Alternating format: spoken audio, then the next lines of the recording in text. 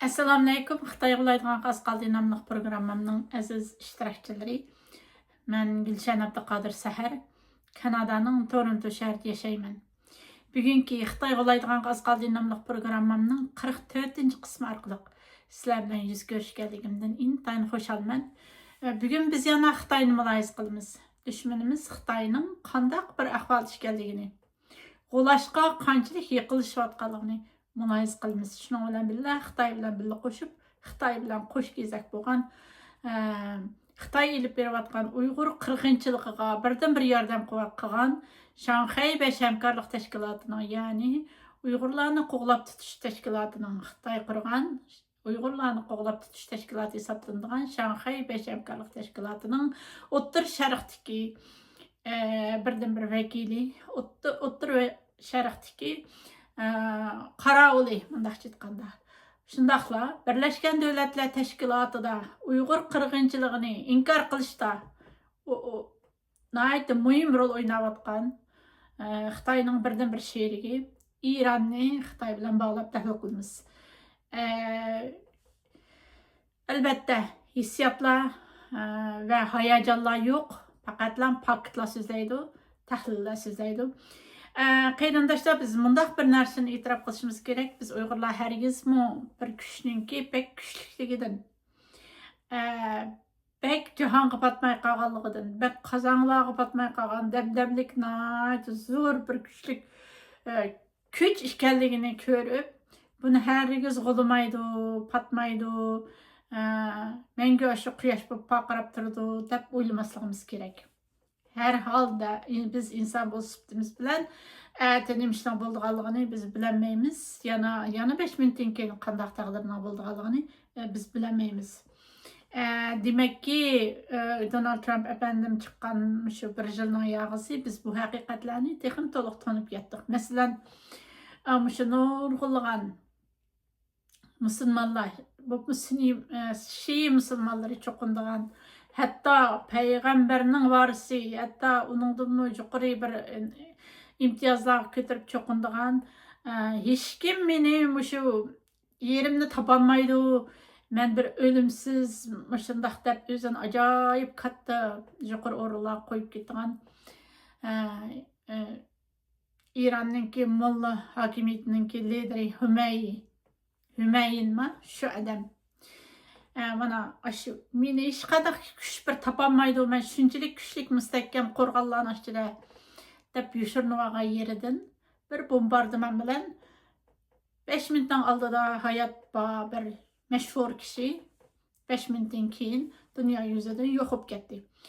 Masalan, Venezuelaninki lideri va shunga o'xshagan nurg'un kuchlar va shunga o'xshagan patmas quyosh deb ta'riflangan Sovetlar birligi ulab ketdi, yo'q bo'lib ketdi xaritlardan. Shunga o'xshash Osmonli, shunga o'xshash Yevropani titratgan Hunlar imperatorliklari, Uyg'urlar qurgan Hunlar imperatorliklari, Seljuqiylar, uningdan boshqa Qaraxoniylar, ularning hammasi dunyo yuzidan mengu patmas quyosh patmaydi deb qaralgan kuchlar shuna yo'qib ketdi. Shu bizning Donald Trump vazifaga o'tagan yaqingina bir yildan ortiq vaqtdan buyon dunyo vaziyati qaraydigan bo'lsak, dunyoda nurg'un tamponsizliklar, dunyoning tamponligida nurg'un o'zgarishlar bo'ldi. Adolat tarozilarida, do'st dushmanlar chamraklarda nurg'un o'zgarishlar bo'ldi. Nurg'unlagan kuchlar, masalan, Iran hokimiyati asosan yo'q qilindi. Bishorat, aqlli insonlar uchun bir bishorat kelyotdi Xitoyning oz kundan qolganligini. Shuning uchun Uyg'urlar nihoyat umidvor bo'lishimiz kerak. Xitoy qilayotganiga nihoyat oz vaqtlar qoldi. Bugun uni texmi chunqur mulohaza qilamiz. Qur'on qissalarida nurg'unlagan qavmlarni Alloh halok qilgan, halok qilish nimalari o'xshamaydi, sabablari o'xshamaydi.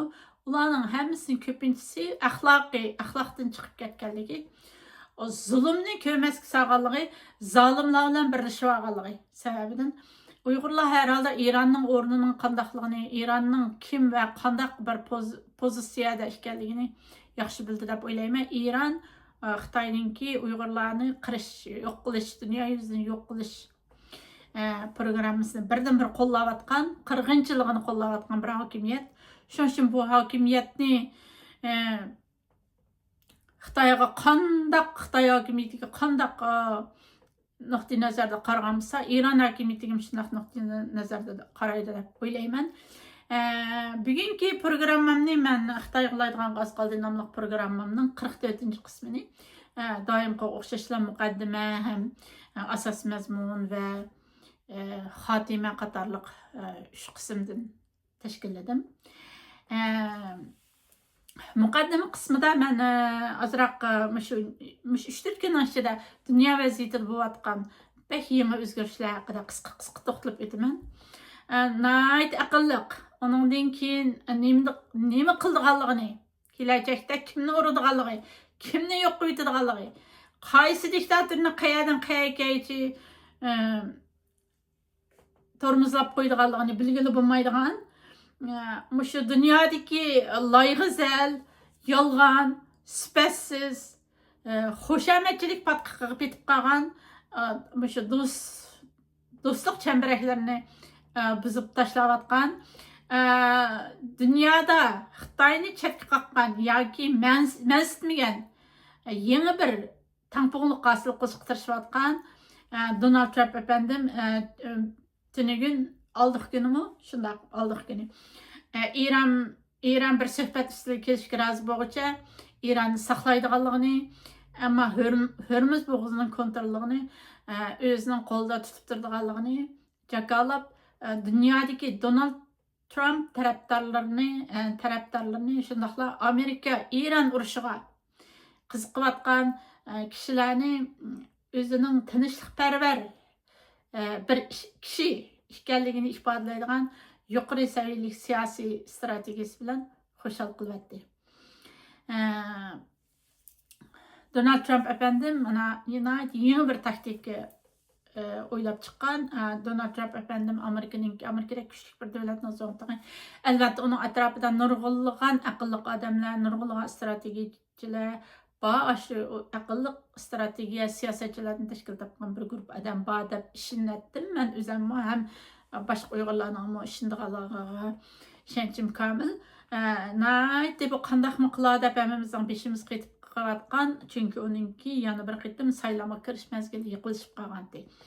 Ammo Iran qancha qitim Pokistonda berilgan Iranni urushni to'xtatish kelishimnomlariga birda undaq birda bundaq yenib edib yaqin kelmayotgandi. Chunki Iranning ichki qismida qalayimqonchilik bo'lib, Iranning hokimiyati asosan tugagan Hümeyni degan diktator mullaning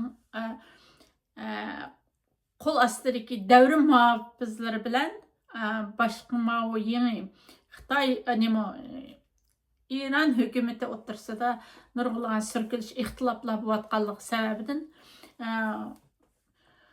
bu kelishimning tuzilmayotganligini ve amalga oshmayotganligini bahona qilib Donald Trump efendim nayt aqlliqcha bir taktik tuzib chiqqan. Qachon İran shu suhbat ustida kelishni saqlaymiz, ammo Hormuz bo'g'ozi bizning kontrolligimizda bo'ldi deb bu urushni mishadi shundaqlam qaynayotgan, vatraqshib qaynayotgan qozonga shunaq bir cho'mish so'g'aq suvni qo'ygandek quyib buni tinchiltib qo'ydi. Ondan başqa Amerika Kongressida bo'lsin, dunyoning hamma yerida bo'lsin, yozuvchilar bo'lsin, kitoblarni yozyotdi. Xitoyning razilliklarini, Xitoyning Uyg'urlarning shu organ tijoratini nayt bir inson qalbini chiqar razil bir tijoratga aylantirib olganligini pash qilgan kitoblarni yozyotdi. Amerika Kongressida Xitoyning razil qilmish jinoyatlarini pash qilgan, dunyoga Xitoyning xatar ib keldigan bir davlat ekanligiga doir guvohlik berishlar davomlashyotdi. Bu emgaklar albatta bekorga ketmaydi. Bu hammasi yig'ilib bir arxiv bo'lib, Xitoyni qo'ltishda, yer yuzidan yo'q qilishda pak sifatida ishlatildi. Xitoy qadam-qadam borgan sari qisilib g'ulashga qarab ketyapti. G'ulash vaqti nihoyatda yiqilishib qelyapti. Bugunmi biz yana shu Xitoyni tahlil qilamiz. Paketlarimiz so'zlaydi. Hargiz hissiyat va hayajon yo'q. Shundoq biz so'zlaymiz albatta. Muloyiz qilamiz. Gerçi Xitoydek yadro qurollarning sohibi bo'lmasakmi, ammo tafakkur va qalamning sohibimiz. Bu Xitoy eng qo'rqadigan ikki narsa, tafakkur qilish, Uyg'urlarning tafakkur qilishi, ham qalam tavritishi.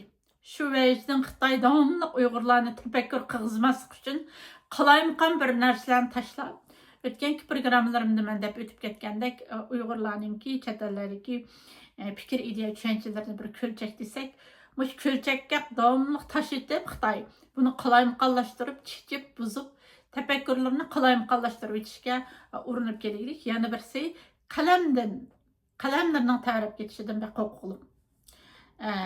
Şu Xitoy Uyg'ur xalqiningki eng ilg'or fikrli ziyolilarini va qalam egalarini turmalarga tashladi. Bu turmalarga tashlash bugundan bo'layotgan ish emas. Tarixdan buyon 80 yildan buyon, undan burun ham Xitoy shunday qilganlikdi. O'tganki programmalarimda ko'p ta'kidlab o'tganimga o'xshash, bugun men yana shuni ta'kidlamoqchimanki, dunyoni ikki narsa fatih qildi. Bunun biri Uyg'ur xalqi buni hargiz unutib qolmaslik kerak. Bunun biri Qur'on, yana biri qalam. Birisi Qur'on, ya'ni alam, yana birisi Qur'on. Agar alimi Qur'oni bo'lmagan Uyg'urlardek millatlarning qalamlari orqali dunyoning ko'nglini tutib, dunyoni hayron qoldirib, o'zining davlatini qurishda bir ilg'or millatlar qatoridan o'rin ola oladi. Bugun biz Xitoyning nima uchun Eronning urilishidan qattiq bearam bo'layotganligini muloyiz qilamiz. Xitoyning Eronga bo'lgan andishisi yolg'iz azam baholiq neftning Xitoyga eqishi emas. Balki Eronning nihoyatda mard va mardonlik bilan shu Uyg'ur musulmonlarga qirg'inchilik elib berayotgan Xitoyga qarata o'z zaminidagi eng muhim strategik yo'llarni ishga qo'llab sunishi. Xitoy bu yo'llardan nihoyat ansirayapti. O'tgangi qism programmamda bu yo'llarni sizlarga tushuntirib o'tgandim. Bugun yana azroq tushuntirishim mumkin. Chunki sizlarning esinglarga solmoqchiman. Xitoy dunyoga bek ishinib ketgan. O'ziningki shakar yaltilgan yumshoq sinib kirishlar oldida Xitoyga tiz cho'kadi deb o'ylagan. Ammo hozir Xitoyning bir balvoq bir yo'l strategiyasidagi, ya'ni Uyg'ur millatini shu dunyo yuzidan yo'q qilish badliga ilib berayotgan bu yo'li xatar ostida. Uningdan boshqa Xitoy saxtpazligining hikoyasini so'zlaymiz bugun, unaga qo'shib. Hozir Xitoy nihoyatda xatarlik ahvolda, ya'ni ikki cho'ng tog'ning o'tirsida qisilib qolganlik. Birisi Amerika, yana biri Eron. Uzun yillardan buyon Xitoy Eron bilan o'zaro jipsilishib, bir-biridan ayrılg'ili bo'lmaydigan nurg'un jihatlarda bir-biridan ayrılg'ili bo'lmaydigan munosabat o'rnatgan. Bu munosabatni xuddi tini bir beshi boshqa qo'shkezaklarga o'xshatsak bo'ldi. Ba'zi YouTube'larda biz ko'ramiz-ku, tini bir-birisiga jipsilishib birlashib ketgan bir tan, ammo ikki boshliq qo'shkezaklarni uchirtimiz. Ashlarga o'xshatsak bo'ldi. Eron bilan Xitoyning munosabatini, undan boshqa Turkiya bilan Ozarbayjonning munosabatiga, Turkiya davomli Ozarbayjonni bir millat, ikki davlat deb tasvirlaydi.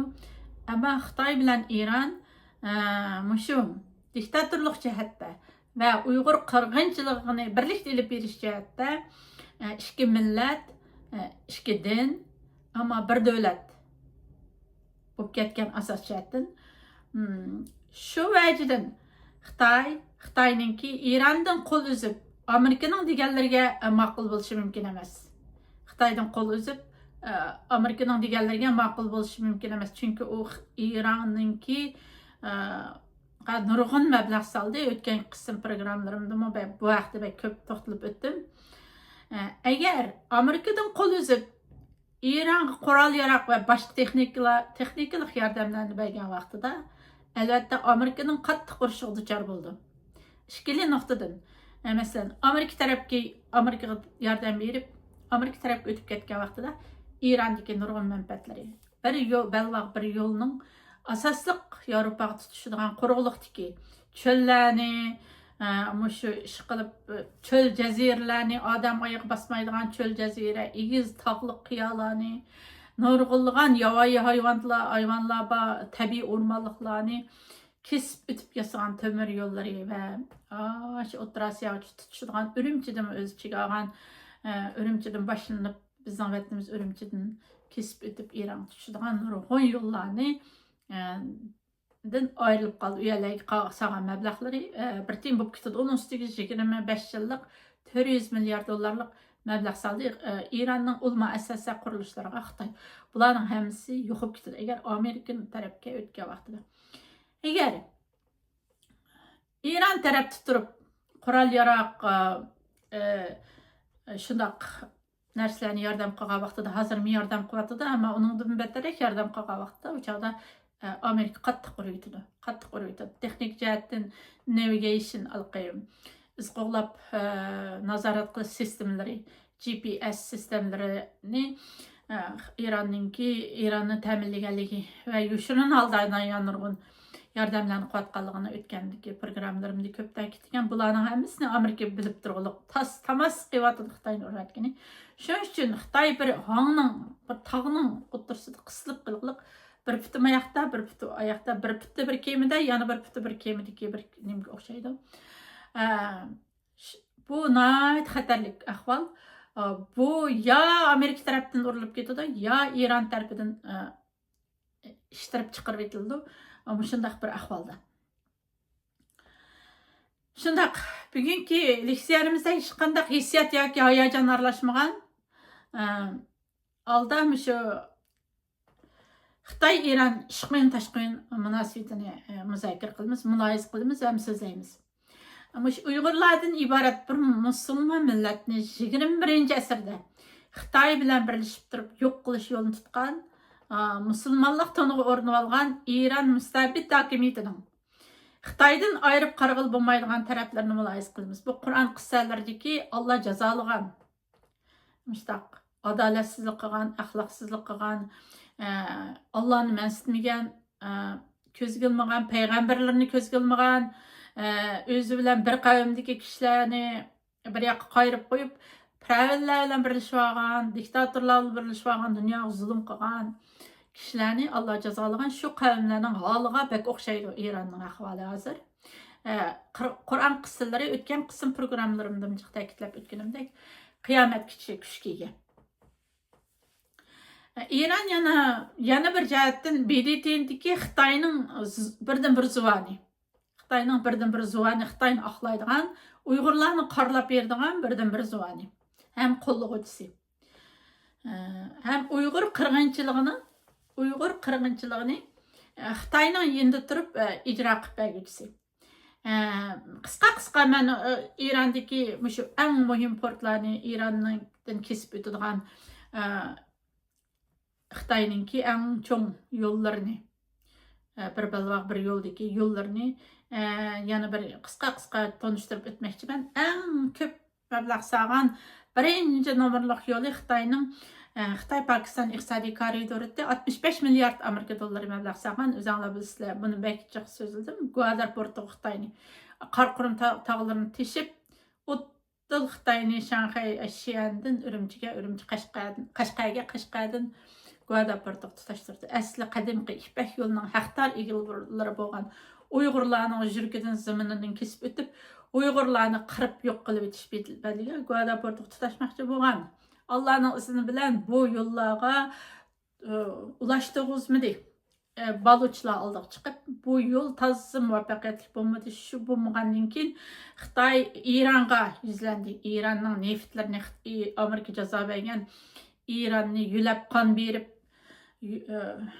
bununğa cesaret berib, güç berib, İran'ın neftlerini setiliş arkalık anca-muncha allaqachon tug'ish bo'lgan İran hakimiyetini, müstakbit hakimiyetini yüləb qopurup çıkarıp İran'ın o'ttirsidan, İran dövlətinin kesib o'tgan Chabahar porti 1,5 milyar dollar mablag' salgan.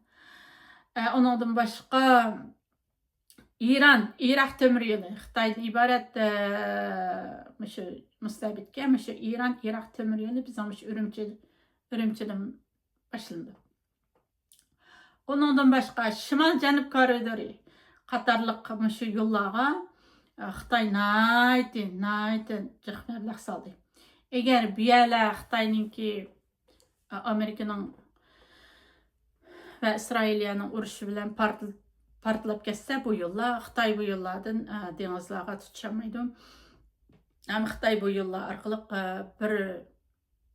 bir yol şerin düşünüme amelga aşıramaydı. Birincisi Xitay ürvetken vaqtida biyala tügüşüdü Xitayninki asas energiya ve yolu xatar astida qolgan bo'ldi. Hozir Xitoyning energiya yo'llarining hammasi xatar ostida, ham jiddiy xatar ostida. Hürmüz bo'g'zi yana bir tema, Hürmüz bo'g'zidan kelgan o neftlar hozir xatar ostida turyapti.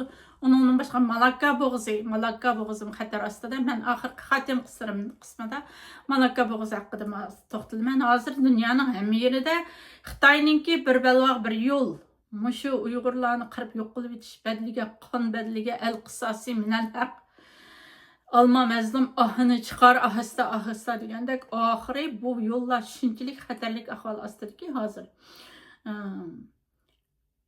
Amerika bilan İranninki urushi kuchaygan vaqtida Amerika urvatganda bu yo'llar ham bayram bo'lib ketdi. Ham Xitoy Amerika bilan yiqilishib ketgan vaqtida bu yo'llarni İranlıqlar özü qanday açqan bolsa bu yolni yana özü üçünçe taqab qo'yalaydı. Şunun üçün Xitoyninki undaq yo'qlar cho'ng kuchda ko'rinib ketganlarning hammasi bir tiyin. Xitoy nayti qo'laydiganqa oz qilyapti. Endi biz Xitoyninki saxtipazligining, Xitoy yolg'onchiligining mohiyatini yana texim cho'nqurlagan holda muloyiz qilib o'tamiz. Chunki bundaq muloyiz qilishlar dushmanimiz Xitoyninki qanchalik qo'laydigan qanchalik qilayotganligini dünya aldıda dünyanın düşünüp yetişi, çonqur düşünüp yetişiga yani qanchalik qilayotganligini muloyiz qilishimizda nayt muhim ahamiyatga ega. Mushu 2022 yildan buyon Xitoyninki İrandan oladigan neftlarning tamojni beji Xitoy tarafda 0 bo'lib ko'rindi ekan. Ya'ni Xitoy İrandan hech qanday bir neft olmagan holatda ko'rildi ekan. Ammo Dengizli kuzatish sistemleri ve müstakil kuzatuvchilar 2025 yilda Xitoyga 609 milyon varil İran neftining import qilinganligini ve İranning bu neftlardan 45,7 milyar dollar kirim qilganligini ilgari surib kelaylik. Undaqda Xitoy bu saxtipazlikni qanday amalga oshirib keldi? Birlikda qarab boqaylik. İrandan yo'lga chiqqan neft paraxodlari GPS yani navigation yani iz qo'g'lash sistemlarini taqab hech qanday ko'rinmas holatga keldi ekan.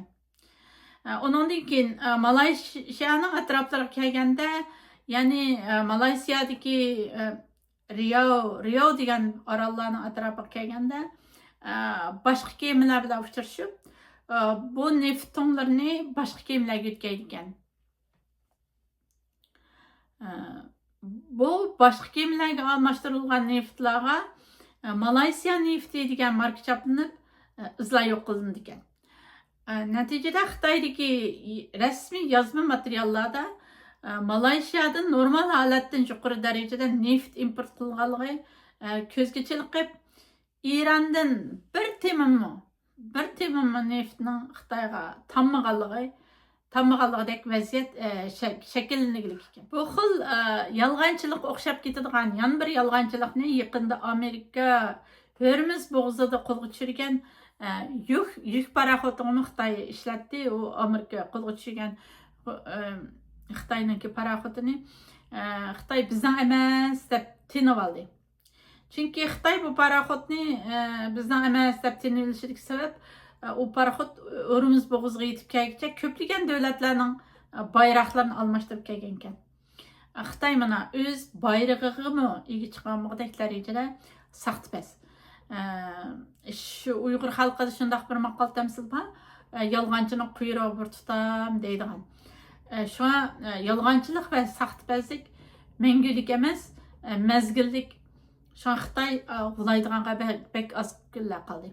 Nayta nurg'un narsalar yig'ilib Xitoyninki g'ulishiga paket bo'lib to'planadi. Endi mushu Iranni bo'dayotgan qora qon Xitoydan keliglik. Xitoyninki mushu Iran neftiga qiziqishi va bog'lanib qilishda bir qancha sabablar bor. Buning biri varilbishiga mushu $8 dan $10gacha azon e'tibor bahoda bo'lganligi. Bu Xitoydagi cho'ng bir neft setib oluvchi xaridor uchun yilda millionlarcha dollar pulni iqtisod qilish degan bo'lib hisoblandi. Onundan başqa İranның Amerika qarşı Xitoy bilan o'xshash maydonda bo'lganligimi yana bir sabab. Bu faqat iqtisodiy jihatla İranga qon berish, bo'dash va jonlantirish emas. Balki bu Xitoy puli tijorat qilish orqali rayonda shu siyosiy jug'rafiyalik bir ustunlik shakllantirish. Bu her iki taraf için, yani İran ve Xitoy için o'zaro bir-biridan voz kecholmas holatni shakllantirgan. Shuning uchun Xitoy bilan İran bir-birisidan qat'iy voz kecholmaydi. Amerika tarafga o'tishi Xitoyniki mumkin emas. Bundaq holat Amerikaning Xitoyni urib yetishini shakllantirdi kelajakda. Yana bir kulkilik masala, yana bir hayron qolarlik va kulkilik xuddi o'zininki davlatiga o'xshash bir xil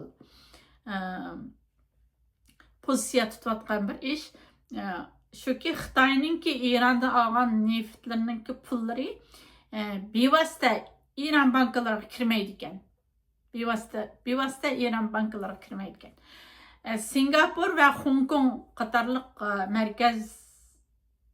markazlardagi parovodlik shirkatlari orqali oylanib Aş taraflardan Hong Kong, Singapur qatorliq joylardagi parovodlik shirkatlari orqali aylanib, andan İran'a keldi ekan. İran'a kelgan taqdirdami yana İran bankalariga bevosita kirmay, yuqoridagi dallal shirkatlar orqali İranning ul muassasalar qurilish ishlarini qilayotgan Xitoy shirkatlarining bank hisobiga kirdi ekan. Yana shunday aylanib kelish orqali Xitoyning ichidagi Xitoy shirkatlarining hisobiga kirdi ekan. Xitoy shirkatlari bu pullarni İranning ul muassasalariga kerakli bo'lgan betonlarga almashtirib berdi ekan. Yani oqibatda neft qarshiligida beton berildi ekan İran'a. Bu xil ustib yeb qolatdagi sodada taxminan $8.4 milliard harakat qiladigan bo'lib, o'zaro almashadigan bo'lib, Xitoy azon neft setib olgan az deb İranda strategik bir 100 obro'y nupusga erishib kelgan ekan. İranliklar shunga Xitoyni bek cho'ng bildi-ku. Cho'ng bildi. Xitoyni o payg'ambarimizdanmi bek cho'ng bildi shuning uchun. İran xuddi Xitoyni o'zini Amerika qarshi qutqazuvchi xudodek bildigan holatga kelgan. Shu İran shu Xitoyni o'zini Amerika qarshi bir qutqazuvchi deb qaraydigan holatga kelgan. Endi Xitoy nuqtasini ilib aytganda İrandan setib olgan shu azon bog'liq neftga bog'lanib qolgan nurg'unlagan ko'plagan Xitoydagi neft pishiqlab ishlash shirkatlari bor ekan. Ular agar İrandan Xitoyga keladigan bu neftlar to'xtab qolgan vaqtida, kamaydigan bo'lib qolgan vaqtida bu şirketler, bu ticaret butunlay vayron bo'ldi ekan Xitoydagi. Mush tijoratga masalan neft pishiqlab ishlashdek tijoratga bog'lanib qolgan nihoyat ko'p shirkatlar, buni ishlayotgan nihoyat nurg'un ishchilar bor bo'lib, agar Erondan keladigan neft to'xtab qolgan ahvol ostida Xitoydagi bu shirkatlarmi vayron bo'lib ketgan. Shuning uchun bu Xitoy bilan Eron o'zaro bir-birisi bilan jipsilishib, ish qo'yin tash qo'yin bo'lib, bir tan bir gavdadek bo'lib ketgan ekan. Endi Hurmuz bo'g'ozi va Bospor bo'g'ozi bu taqilishi yoki ichilishi, uning qanday bo'lishi, oqibati, uning kimning boshqarishi, Amerika boshqaramdi, Eron boshqaramdi, bularning hammasi Xitoy nihoyat jiddiy diqqat qilayotgan masalalarning biri bo'lib, bu Hurmuz bo'g'ozininki taqilib qilishi Xitoyninki hayot mamat masalasi va hayot mamatlik bir zarba bo'lib hisoblanadi. Amerika 28 fevral 2026 yılı İran qarşı etpagan G'azab dastani nomli hujum yoki urush bilan Xitoy qarshi iqtisodiy urushni haqiqiy bir urush holatiga o'zgartdi. Chunki Eronning urush ma'lumotdan ilib aytganda Xitoyning urush bo'lib hisoblanadi. Xitoyning urush bo'lib hisoblanadi. Endi mulohazamizdan texmo davomlashtirsak, Donald Trump efendim hokimiyat beshiq chiqqandan keyin Xitoyga berilgan zarba kundan-kunga ishib qoldi. Masalan Panama kanali, masalan Meksikadagi kartallar, masalan Venezuela, masalan Kanada, Yevropa Birligining Xitoyga bo'lgan munosabatlarda nurg'unlagan silkinish, tavrinishlarni paydo qildi.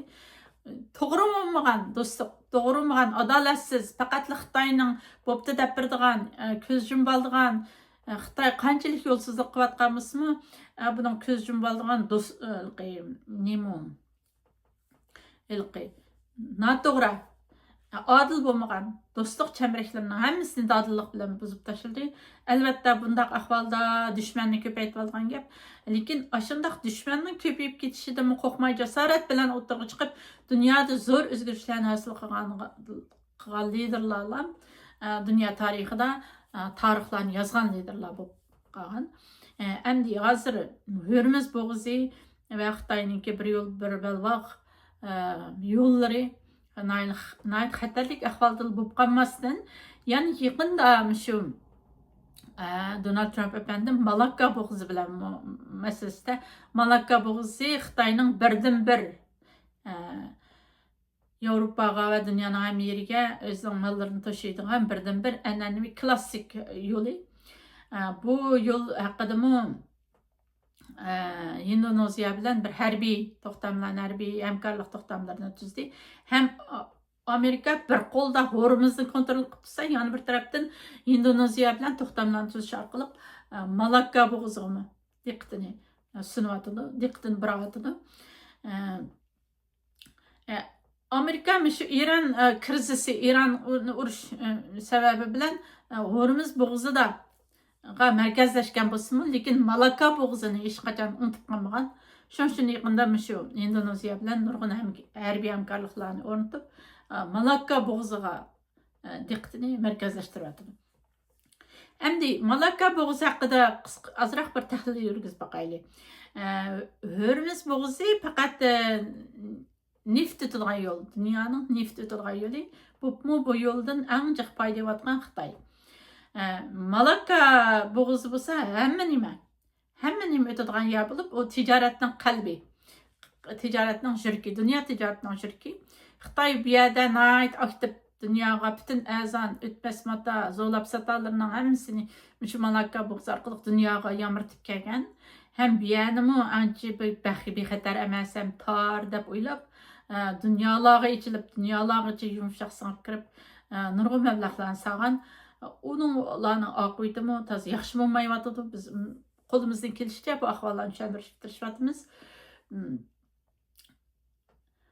Endi shu Malakka bo'g'oziga yuzlanish ham Indoneziya bilan strategik do'stlik, harbiy hamkorlikni kuchaytirish bu Amerika üçünmü, dünya üçünmü, Xitayni urush üçünmü, Xitayni yer yüzüden yok qilib etish üçünmü, Xitayni bir bilan qistab qo'yish uchunmi, nihoyat cho'ng bir strategik o'zgarish bo'lib hisoblanadi. Agar Malakka bo'g'zi shundoqlam qamal qilingan bo'lsa, Xitoyning xuddi bu Kanidan siqiblan bo'g'ib qo'ygandek bir ish bo'ldi. Malakka bo'g'zisiz Xitoyning energiya ichirqab ketgan energiyasini qamdashni tasavvur qilib bo'lmaydi. Malakka bo'g'zisiz Xitoyning dunyoga ichilishini tasavvur qilib bo'lmaydi. Malakka bo'g'zisiz Xitoyning dunyoda iqtisodiy ikkinchi nomerlik cho'ng iqtisodiy gavda bo'lib turishini tasavvur qilib bo'lmaydi.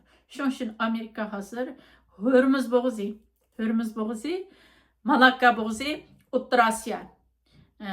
Ondan keyin Ayşe o'tganda men so'zlab o'tib ketdim.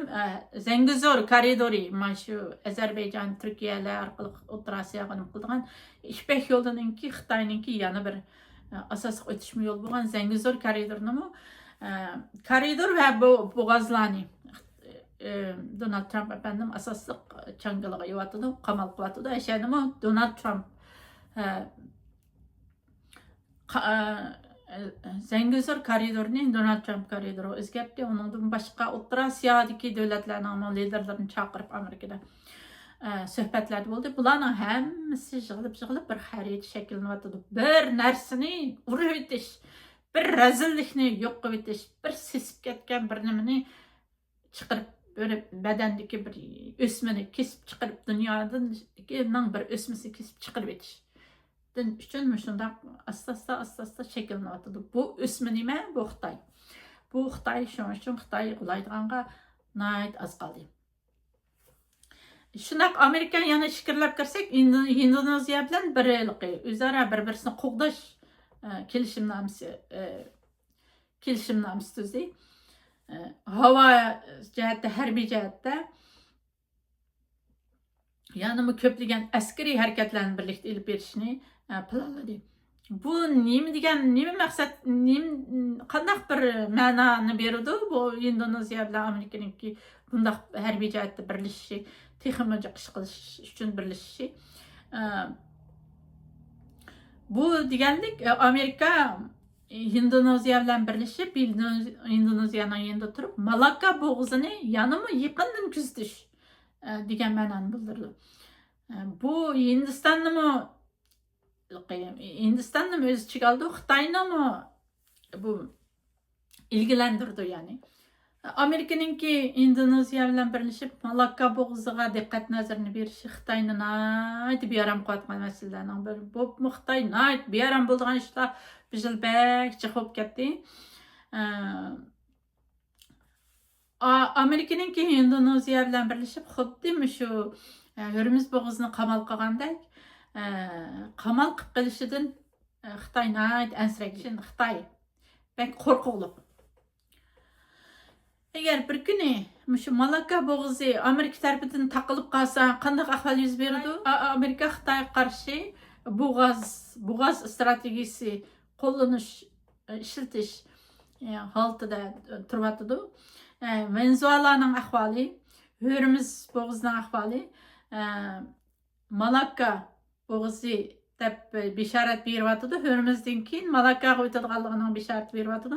Bularning hammasi İrandan keyin Xitoyni urishning bishorati mohiyatda. Endi Malakka bo'g'zi faqat Xitoyga emas, Xitoy asosli, ammo butun dunyoga ichilgan bir bo'g'az. Ama bu yerdan Xitoy naydi cho'ng xatar ostida qilgan Xitoy. Endi Hürmüz bo'g'zining ishi bitgandan keyin